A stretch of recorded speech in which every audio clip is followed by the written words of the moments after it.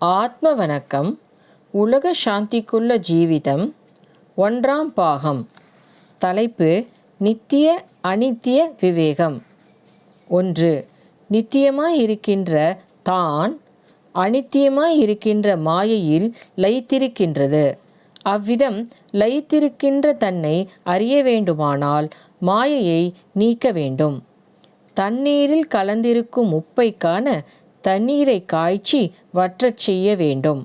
அதுபோல் மாயையை அழிப்பதற்கு விவேகம் என்ற விசேஷ நெருப்பினால் எரிக்க வேண்டும். அப்போது நித்தியமாயிருக்கும் தன்னை அறியலாம். 2. அழியக்கூடிய அகங்காரத்தின் உற்பத்தி மனதிலிருந்தே.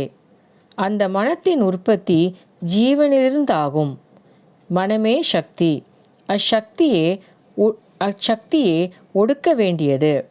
ஆதலால் மேற்கூறியபடி விசாரணை செய்து தன்னுடைய சக்தி இன்னதென்று அறிந்து அந்த சக்தியை வெளியினுள்ளே பிரதிபலிக்க விடாமல் தன்னிலே சேர்த்து தானாயிருக்க வேண்டும்.